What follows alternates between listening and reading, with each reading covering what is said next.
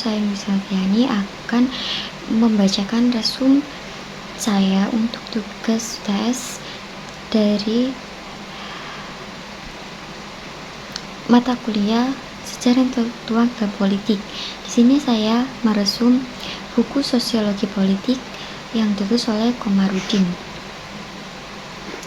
Nah, pada buku ini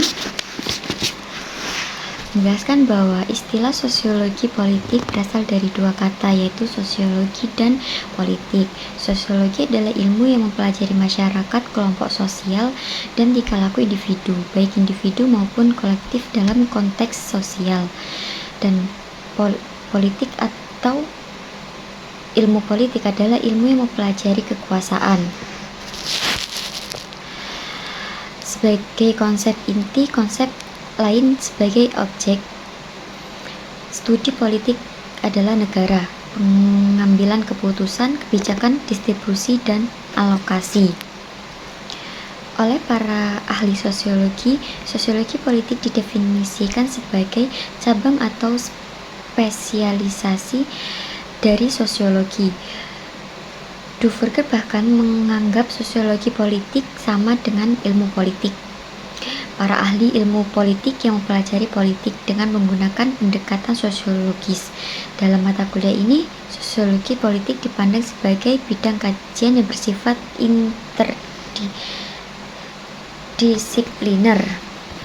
Nah, selanjutnya, untuk asal mula sosiologi politik sebagai bidang studi sulit ditetapkan secara pasti, namun bisa ditelusuri dari karya-karya sosiologi atau ilmuwan politik mengenai tema-tema sosiologi politik.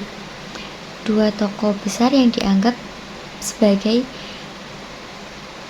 pendiri sosiologi politik karena karyanya yang sangat berpengaruh terhadap perkembangan sosiologi politik, baik dalam hal teori atau konsep maupun metodologi, ialah Karl Marx dan Max Weber. Beberapa tokoh lain yang memberikan sumbangan terhadap perkembangan sosiologi. Selanjutnya yaitu kekuasaan merupakan kemampuan seorang untuk mempengaruhi pihak lain menurut kehendaknya. Pemegang kekuasaan biasanya disebut pemimpin. Menurut Moskow, kekuasaan berada di tangan seseorang atau sekelompok orang yang disebut the ruling class. Sumber kekuasaan dapat berubah hak milik, dapat pula bersumber pada hukum, ideologi. Ada beberapa saluran pelaksanaan kekuasaan, yaitu militer, ideologi, politik, ekonomi, dan media massa. Cetak atau elektronik. Cara-cara untuk mempertahankan kekuasaan diantaranya dengan membuat peraturan yang menguntungkan, membangun sistem kepercayaan, agama, ideologi, memperkuat administrasi dan birokrasi, dan melakukan berkonsolidasi vertikal dan horizontal.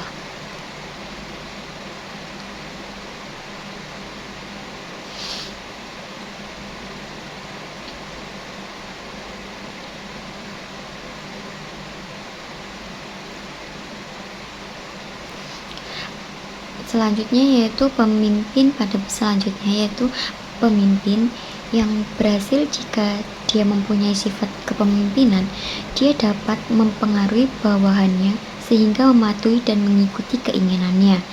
Kepemimpinan diakui baik dengan keterpaduan hukum, oleh karena itu disebut kepemimpinan resmi. Kepemimpinan karena pengetahuan masyarakat disebut kepemimpinan tidak resmi. Nah, munculnya seorang kepemimpinan ini pada mulanya karena sifatnya yang menonjol, seperti lebih aktif, lebih berani, lebih cerdas dibandingkan rekan-rekannya, dibandingkan teman-temannya. Mereka ini sebagai pemimpin ini dia lebih menonjol, seperti kayak kemampuannya lebih teratas, lebih dari teman-temannya.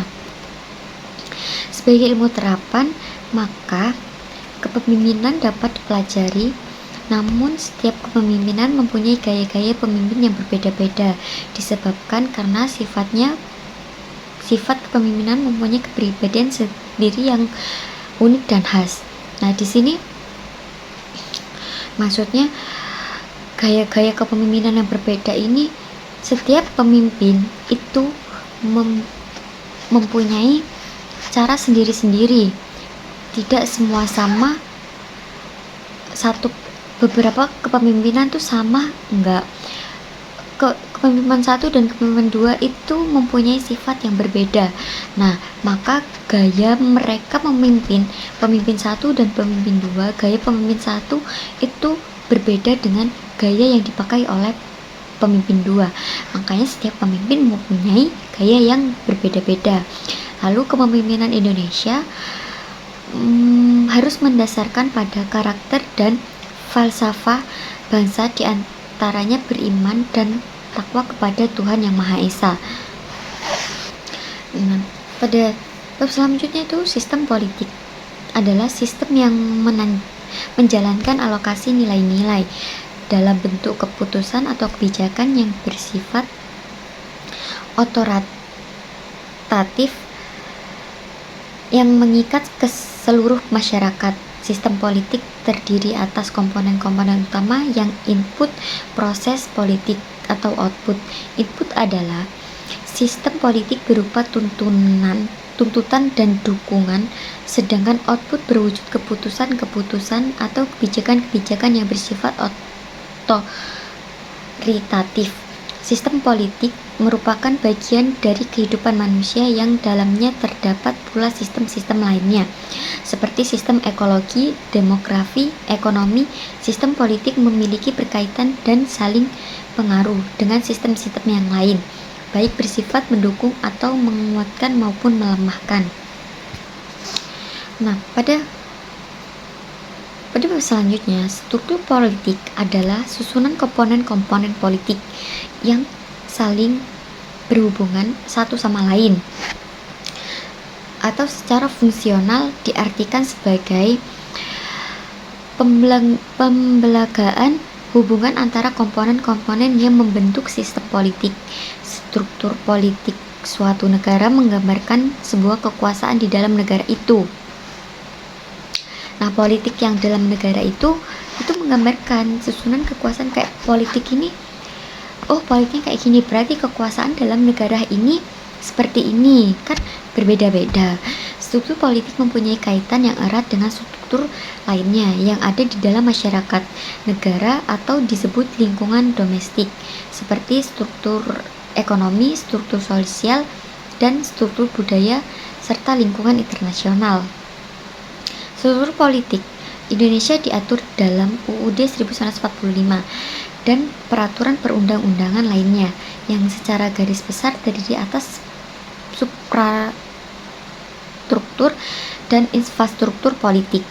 Berdasarkan kategori lain, struktur politik dibagi atas struktur politik formal dan struktur politik informal.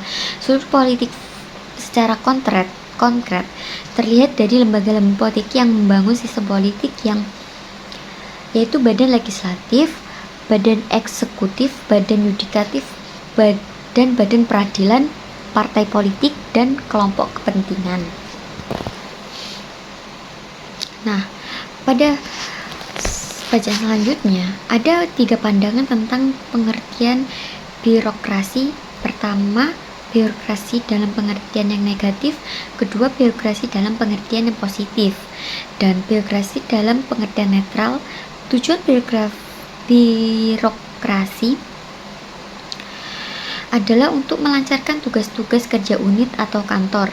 Menurut Max Weber, dalam pelaksanaan birokrasi terlihat cirinya antara lain ada kewenangan, hierarki, ada dokumen tertulis, pelaksanaan memerlukan latihan kemampuan bekerja, pelaksanaan langsung. Berdasarkan ciri tersebut disimpulkan ada 5 unsur birokrasi, yaitu organisasi, tujuan, pengerahan tenaga, terus-menerus, dan teratur. Dalam pelaksanaan birokrasi ternyata cenderung ada, sedangkan bawahan apatis, malas-malasan. Nah, rekrutmen politik adalah proses pengisian jabatan-jabatan politik pada lembaga-lembaga politik, termasuk dalam jabatan dalam birokrasi atau administrasi negara dan partai politik. Rekrutmen politik mempunyai fungsi yang sangat penting bagi suatu sistem politik karena melalui proses ini, orang-orang yang akan menjalankan sistem politik ditentukan. Rekrutmen politik pada dasarnya merupakan fungsi penyelesaian untuk jabatan dan seleksi kepemimpinan. Nah, ada beberapa bentuk rekrutmen politik, diantaranya penyortiran atau penarikan undian, rotasi perebutan kekuasaan, patronage, dan koopsi. Rekrutmen politik di Indonesia tampaknya masih didominasi oleh pemerintahan, bahkan berdasarkan bentuk yang ada rekrutmen politik di Indonesia bisa dikategorikan patronage. Nah, menurut Almond dan Verba, pembicaraan mengenai budaya atau kebudayaan politik persis sama dengan kebudayaan ekonomi dan kebudayaan religius. Perbedaannya terletak pada objeknya. Objek kebudayaan politik adalah sistem dan proses politik. Objek kebudayaan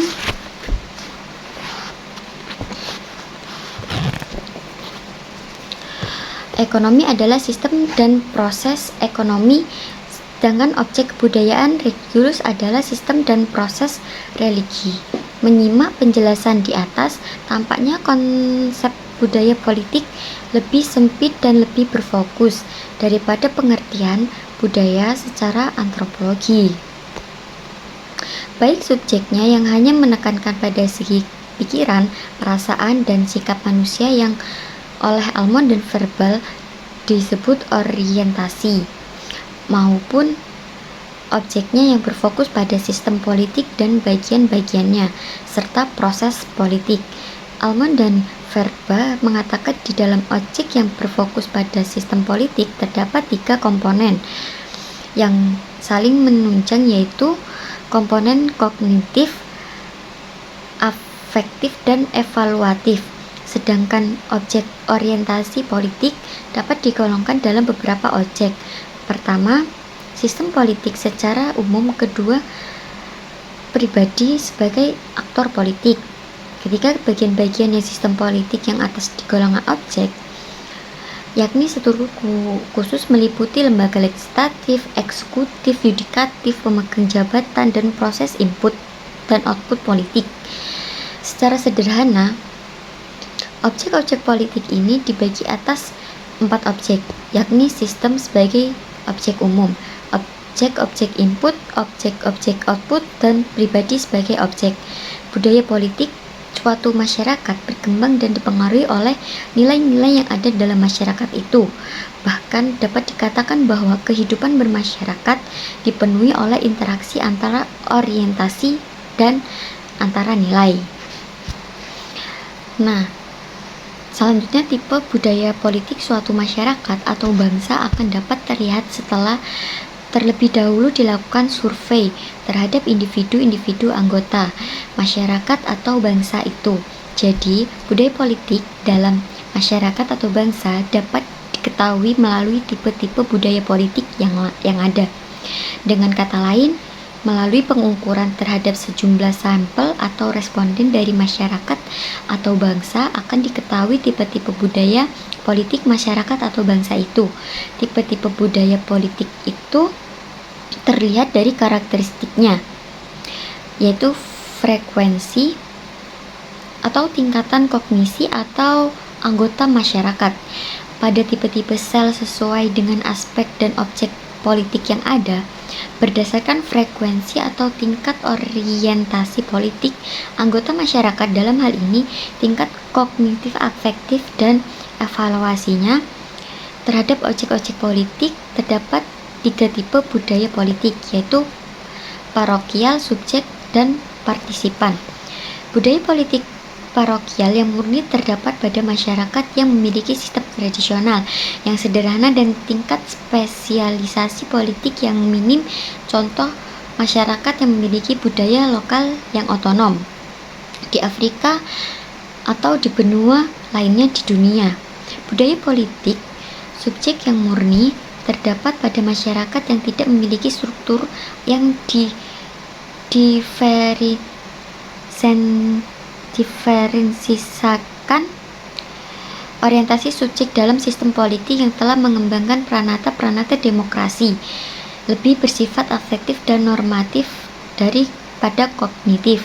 Contoh dari tipe orientasi ini adalah golongan bangsawan Prancis. Contoh dari tipe mereka sangat menyadari akan adanya institusi demokrasi, tetapi secara sederhana. Hal ini tidak memberi keabsahan pada mereka. Sekian rangkuman dari saya. Terima kasih.